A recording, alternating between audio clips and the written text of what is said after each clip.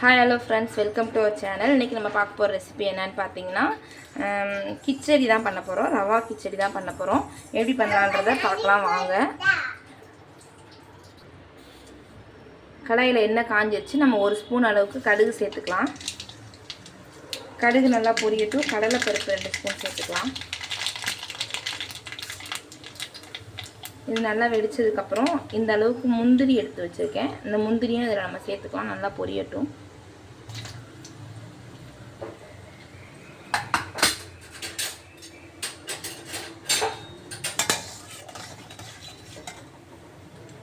கொஞ்சமாக கருவேப்பிலை சேர்த்துக்கலாம்.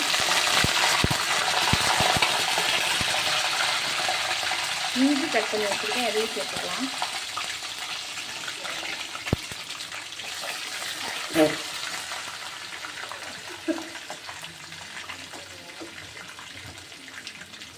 வெங்காயம் சேர்த்துக்கலாம்.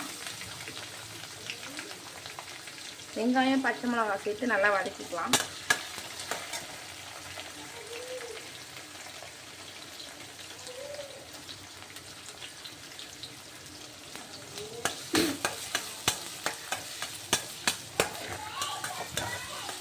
இது நல்லா வதங்கிக்கலாம்.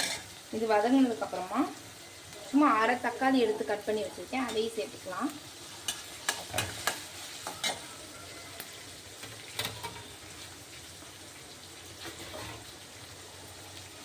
கொஞ்சமாக வெங்காயம் வதங்குறப்பே உப்பு சேர்த்துக்கலாம்.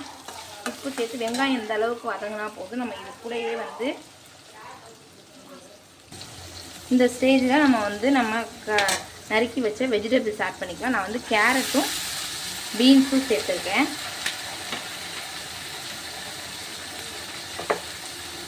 இது நல்லா வதக்கிக்கலாம்.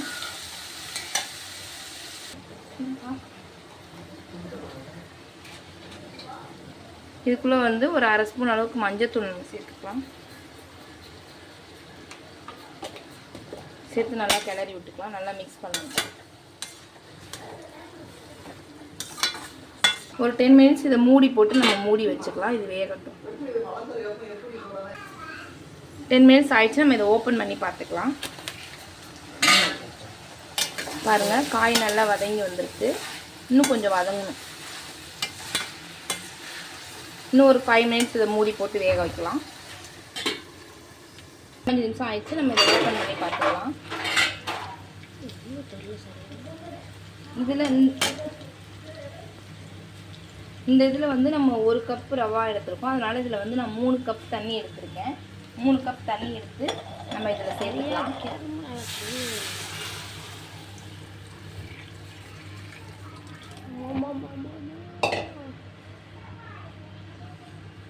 இதில் இப்போ உப்பு செக் பண்ணி பார்க்கணும். உப்பு கரெக்டாக இருக்குது.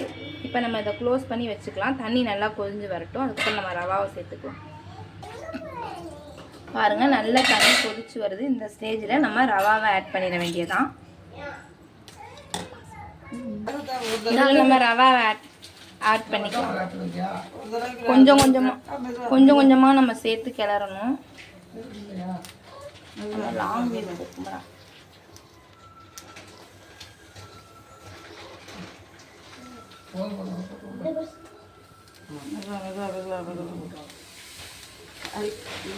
பாஸ் பண்ணி பாருங்கள் ஃப்ரெண்ட்ஸ், நல்லா கிச்சடி ரெடியாகி வருது. இந்த மாதிரி தண்ணி நல்லா சுண்டுனதுக்கு அப்புறமா நம்ம மூடி வச்சு மூடிடணும். அடுப்பை ஆஃப் பண்ணிவிட்டு அந்த ஹீட்லேயே அது நல்லா மலர்ந்து வரும். இதை நம்ம மூடி போட்டு இப்போ மூடிக்கலாம். அடுப்பை ஆஃப் பண்ணிவிட்டு இதையும் மூடி வச்சுட்டு அடுப்பை ஆஃப் பண்ணிட வேண்டியதான். அவ்வளோதான் ஃப்ரெண்ட்ஸ், சூப்பராக டேஸ்டியாக காலையில் கிச்சடி ரெடி பண்ணியாச்சு. நம்ம வீடியோ உங்களுக்கு பிடிச்சிருக்குன்னு நம்புகிறேன். நம்ம வீடியோ உங்களுக்கு பிடிச்சிருந்ததுன்னா லைக் பண்ணுங்கள், ஷேர் பண்ணுங்கள், மறக்காமல் சப்ஸ்கிரைப் பண்ணுங்கள். தேங்க்யூ ஃபார் வாட்சிங். பாய்.